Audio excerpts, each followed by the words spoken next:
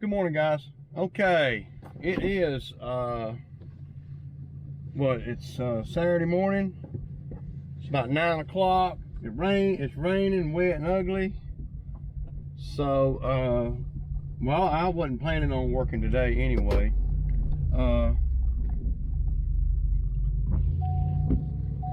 Yeah, I'm gonna go down here and get me something to eat.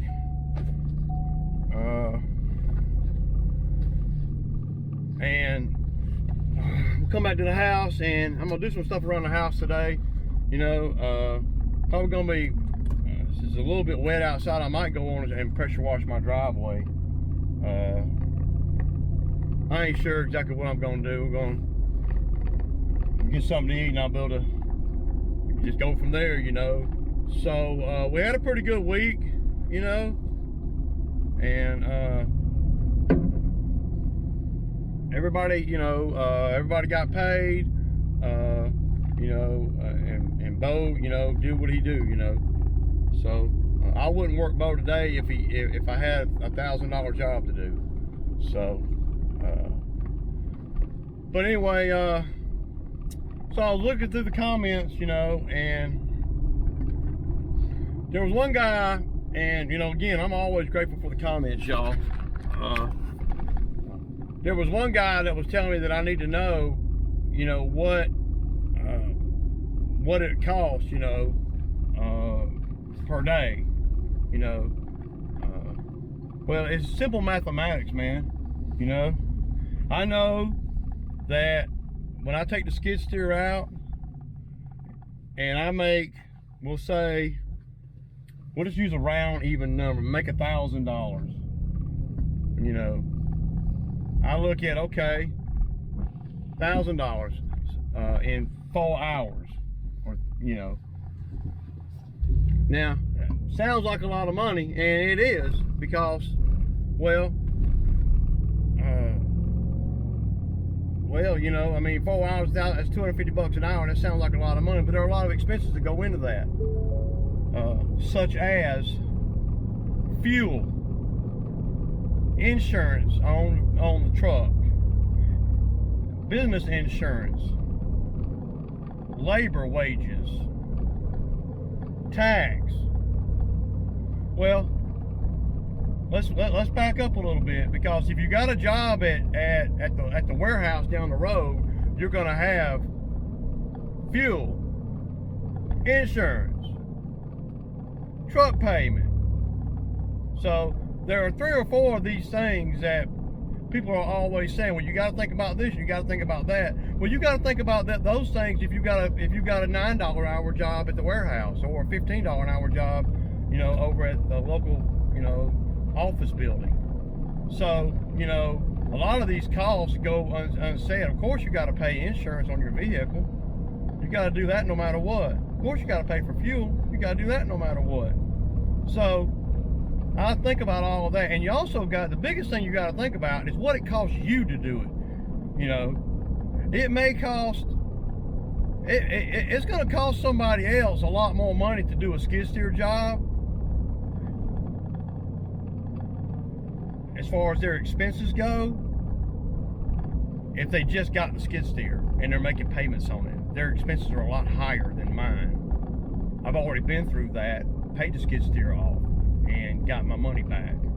So at some point you have to look at, okay, well, out of that $1,000, you got to pay all the things I just said. But what I do, and I used to not do this, but what I do, since I got the skid steer and everything, and I understand that the skid steer could break down any moment and cost me, you know, $2 grand. On every job I do with the skid steer, I put money aside. Actually, on every job I do, period, I put money aside. On every job, lawn mowing, you know, there's a certain amount of money I put back every day out of the profit of the business. Now, the money is still there, because if nothing breaks, then that money just keeps piling up. And that's what's happened with the skid steer and here at the late part of the season. The margins for that sod job and a couple other little skid steer jobs I did were so big that you could set money aside. So right now, and you know, I don't mind telling you guys, right now, for skid steer maintenance things or a breakdown, I got $3,500 sitting in an account that's just for that, just for the skid steer. Okay, so now that's not a whole lot of money on the grand scheme of things, and that's just one account that covers all of my skid steer stuff, you know, that may arise, you know. And to me, now I might be wrong, I'm not no math major or nothing, but to me, once you get a certain amount of money set aside for maintenance on the skid steer and or breakdowns, well, if that number gets on up there, then me personally, I ain't gonna be looking to fix the skid steer. I might be looking to buy another one and sell that one or whatever, you know. Because all you guys that follow my channel, you guys know that I'm definitely wanting to get a bigger skid steer. You know, I haven't really had a whole lot of time to search and all that, and I also know that if I get a bigger skid steer, I'm gonna do some financing on it. You know. So, you know, but as long as this T190 is running good, minimal issues, minimal overhead for me, then I'm gonna keep running it, man. You know, and I don't see a lucrative market for a bigger machine at this point in time today, right now. So, if I saw that, and I saw that I could get a whole batch of work if I had just a bigger machine, then I would be looking to get a bigger machine and sell the one I got. You know, because I think, I don't know, I might be wrong, but I think I could get at least $15,000 or $20,000 for the skid steer I got now. I might be wrong, but you know, I wouldn't sell it for. I know for a fact I wouldn't sell it for less than 15. You know. No way, because it's worth more than that to me, whether I get another machine or not. If I got another machine on a trade-in, I might take 15 or something like that, you know. I don't know what the T190 like mine is worth for 3,000, you know, 3,500 hours on it. I don't know what it's worth, but you know, I know what it's worth to me, and 15K would be on the low side if you ask me. Because you can do 3 or 4 jobs and have 15K, you know. So so to the guys that are you know, very knowledgeable about expenses and what it costs to run, well, I am too. I just look like this, you know. I just look like somebody that ain't keeping hardcore records. I got records on everything. I mean, my computer software and my CPA keeps up with everything that I do. All the money that I make and all the money that I spend. And you're right, you have to know what it costs to run. But once the Bobcat skid steer is paid for, then the cost to run goes way down. Way down.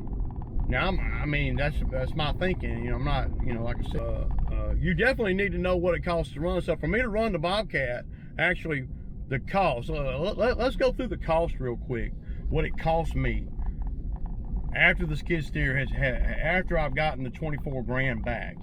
See, I've already gotten my money back on the skid steer. So the first year, it cost me a lot more to run the skid steer than it does now. And a couple reasons for that. Number one reason, well, I had to get my money back.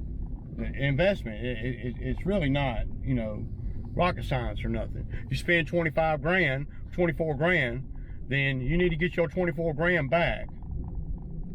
And then you're at a profit after that. Of course, you're going to have maintenance on your truck and tires, and you know, and of course you're going to have maintenance on the Bobcat, but you're going to have that no matter what, you know. So for me, the other day, just for instance, the other day, since the skid steer is paid for, when we did the tree job over there and we did the 1400 in one morning, Drew did $300 worth of work, okay, on the lawns. So since he did $300 worth of work on the lawns, then my calculations are, okay, it cost me $150. Just, I mean, and I don't think it cost me quite that much, but let's just say that, and that should cover all expenses. A little bit toward the insurance on the truck, a little bit toward gas, a little bit toward tires, a little bit toward wear and tear, a little bit toward this, a little bit toward that. And, you know, and that's only a, you know, a 3-hour window, you know, so you got to be looking at it like that too. And for me to run the skid steer, and I did $1,125, for me to run the skid steer on that particular day, minus the labor, okay, and then minus fuel, okay, out of that 1,400, I mean, out of that 1,125, I could easily say, and it be true, that I profited probably right around $800, because it didn't cost me $325 to run. We'll just say it did. Let's say it cost me $400 to run the skid steer for 4 hours. You know, the skid steer might have ran for an hour, maybe. So when you look at it like that, you have to be looking at it, you know, that's what it costs, you know. So for the skid steer to be profitable, you know, you have to be thinking in terms of what it costs you, not what it costs him, but what it costs you, and where you're at with the where you're at with the skid steer. If you owe $50,000 on it, well, your profit margin's not going to be nearly as high as mine, but you got to make that $800 a month payment. I don't. You know, where my Bobcat, where I had to, you know, get my money back. And again, once you get your money back on any piece of equipment, then your profit margin goes way up, because then you're able to bank a little bit of money and get the next piece of equipment, and then your profit margin goes up even more.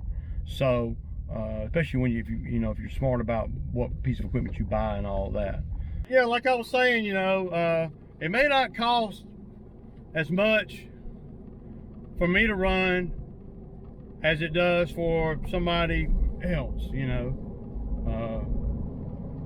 Because to me, all your expenses are a lot more in the beginning of your business, to me. See, I have a lot of my stuff paid for, and then I've gained knowledge over the years of what I need, so I don't waste any money either. So, you know, the first 4 years or so, it's pretty rough for me anyway. You know, I don't know, you know, how everybody else, you know, is, but for me, the first 4 or 5 years is pretty rough.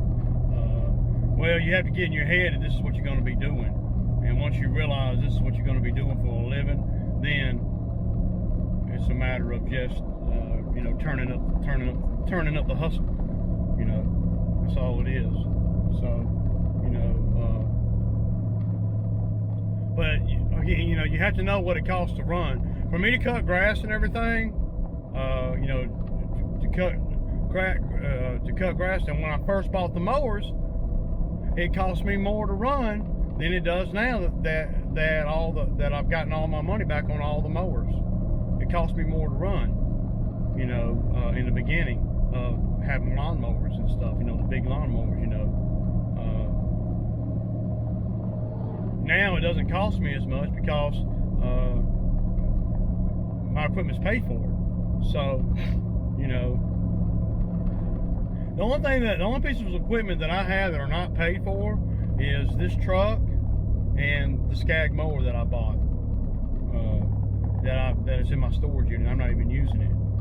And the dealer told me yesterday when I was down there buying the blower, he told me that I need to go on and use it for 400 or 500 hours and get because he said right now, you know, if I were to bring it to them and they buy it, well, he's telling me that the most I'd probably get for it anywhere, you know, from private individual, of course you don't know that for sure, private individual or a trade-in is $8,500 now. So that's quite a, but you would get $8,500 with 85 hours on it or 485 hours on it. So you might as well use it and get, so the hit that you take won't be as big, because the machine can earn money, and it can, you know, and it can earn money. It's not, you know, it ain't no slouch or nothing. You know, it just ain't like the Exmark mowers I got. So, you know, so that's probably what I'm going to end up doing. I'm not gonna want to sell that mower for $8,000 or $8,500, man. That's too big of a hit to take, considering the hours that are on it. So I'll probably, now I don't know for sure, you know, this is just a dealer talking to me, you know, off the record, you know, but, you know, 14,000, and you can take off 1,200 of the 14,000 because the 12 tires are not on it anymore. 12 tires are on the Exmark, so it's really about 12,800, you know. So I would be taking a $4,000 hit at 8,800. Because if you're trying to get, and his thinking is just like what I've said in previous videos. He said, well, if you're trying to get $11,000 for it, somebody's just going to buy a new one. We're not going to come off $11,000 in cash and for a used mower when they can throw another $1,000, $1,500 with it and get a brand new one. I agree. So, you see, it's learning things like that along the way that save you money. You might not think it does, but it does, because it gives you knowledge about what not to chase. So I don't spend my time now chasing, trying to sell that mower. I spend my, you know, because I know better. You know, in the beginning I wouldn't have known better. I would have had to learn that. You know, so, you know, it is what it is. But I'm gonna pull up in here and get me a biscuit.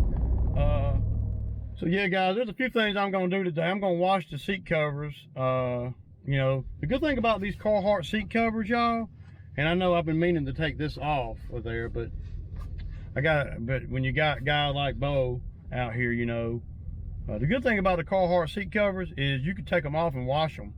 And so I'm fixing to wash the seat covers today. You know, because there's all kind of shit in this seat cover. I need a seat cover for a seat cover.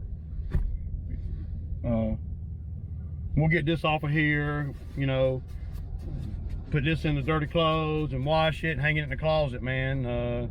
Because I've been tired of seeing, my wife's tired of seeing this on the video too, y'all. You know, but a lot of little things I want to do today, man. I usually don't take a lot of time. I usually don't have a lot of time, you know, to do things around the house. There's a lot of things that are starting to bother me, or, you know, like the seat cover, you know, that kind of thing. So, yeah. So I'm gonna take care of that. And I really wanted to run the pressure washer some today.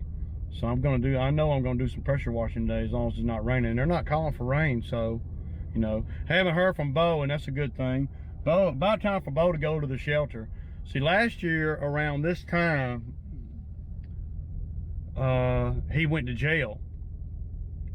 So he spent like 30 days in the jail over there, and he's supposed to be going to court, you know, here in the next, you know, week or so, you know.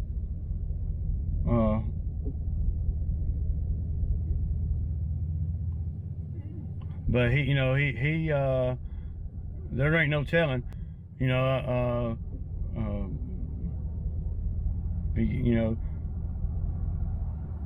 yeah, there ain't no telling if he's gonna make it or not, or whatever, So,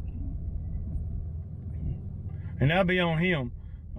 I didn't expect him to last this long, so I'm just saying, y'all. I really did not expect him to last this long. Y'all know that, being homeless and stuff. But I'll tell you what, that boy knows how to milk it, man. He will milk it for sure. About earlier, with the skid steer, I have been needing to put the skid steer in the shop for the last, well, small hydraulic leak since, well, about $8,000 ago. And I keep getting these jobs, and really, man, the jobs that I'm getting with the skid steer's not running that long.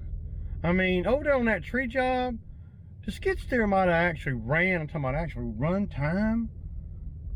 I mean, it might have ran an hour and a half, man. You can make a lot of money with those machines, man, if you know what the hell you're doing. And I'm learning. I am learning. I'm learning, So, yeah. Pretty sweet, really.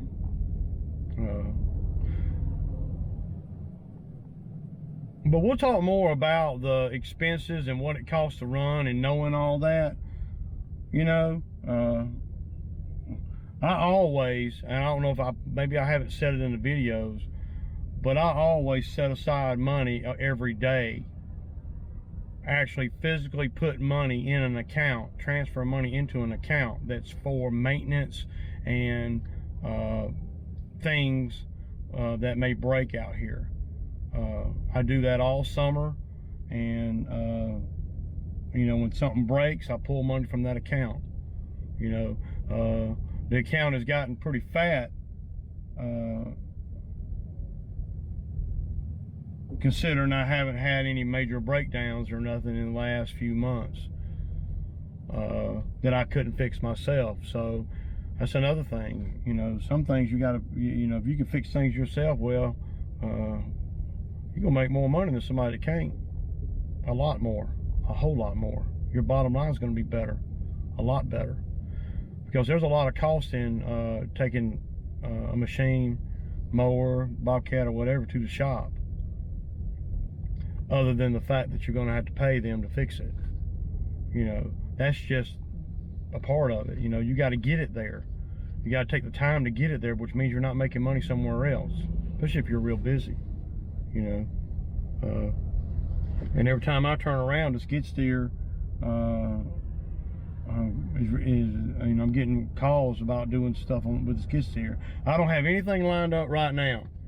I have a couple jobs that people have, that some of my customers that I do regular work for have contacted me about, and but they're the type of work that's going to tax the machine really bad, as far as pressure on the hydraulics. And I'm not a hydraulic mechanic or nothing, but the harder you run that machine when you got a leak, the more likely you're going to bust that line off. I mean, I don't know that to be a fact, but that's my common sense tells me that. So when you're pushing stumps up and things like that, and you're using, the drive motors and all a lot, and you're trying to pick up heavy weight and everything, it's a lot more taxing on the machine, if you ask me, than just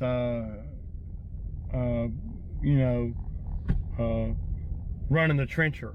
Like the trencher, you would think that it would really tax the machine, but it's all the auxiliary hydraulics. The rest of it is just, you're not really,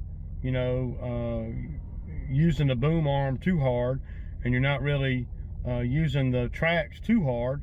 You're not really pulling it. When you go to pushing trees over and you digging in the ground, that's taxing, if you ask me, and that'll bust the line quicker than anything else, if you ask me. Now, I'm not a mechanic. I don't really know that for sure, but common sense tells me that. And if I'm wrong, somebody please tell me in the comments if I'm not making sense. But the couple of jobs that I got that I need to go and just chase, well, not chase, but I need to just confirm and all of that.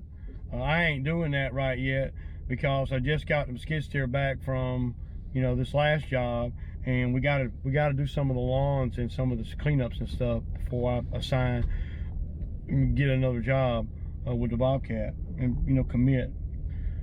And I need to put the Bobcat at the shop, you know, even though it's running fine. You know, you got to bite the bullet. I'm gonna hate to come out. I know it's gonna cost me at least $1,000 to fix a few little things on the skid steer. At least that, maybe $1,500. But I got the money sitting there, you know, ready for that. It's there. It's ready, documented, and you know, I got a special card just for that kind of thing. So, yeah. Anyway, I'm gonna go ahead and pick up my biscuit. Peace out.